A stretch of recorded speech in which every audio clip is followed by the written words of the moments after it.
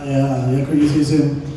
Since na, ayun, alam naman namin yung work namin, parang ano ginawa namin dito para maging famous or something. Para sa passion namin yun eh. Pati mga sex scenes namin, kailangan parang ano siya bagay sa story. And ayun, just live passion. For me kasi cold-hearted na ako when it comes to criticism eh. Especially sa industry namin kasi syempre diba, yung mga tao, lalo sa social media, lagi naman sila may mga nasasabi. So normalan na lang, pag may nabasa ka, syempre deadman na lang. Minsan it hurts kasi tao lang tayo, diba? Pero basta gusto mo yung ginagawa mo and passion mo talaga siya.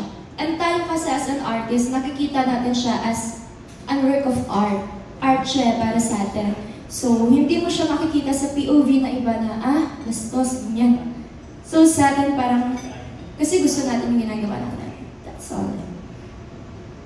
Ako po, honestly, nung una po talaga, nung kakapasok ko pa lang po sa showbiz, takot po talaga ako na may masabi sa akin yung ibang tao.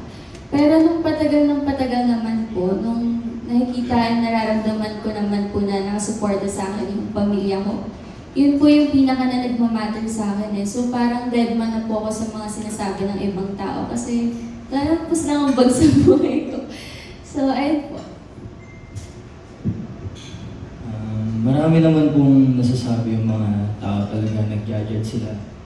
Pero as an artist po, dead man na lang din sa akin kasi ito po yung gusto kong gawin. Next question kay Derek.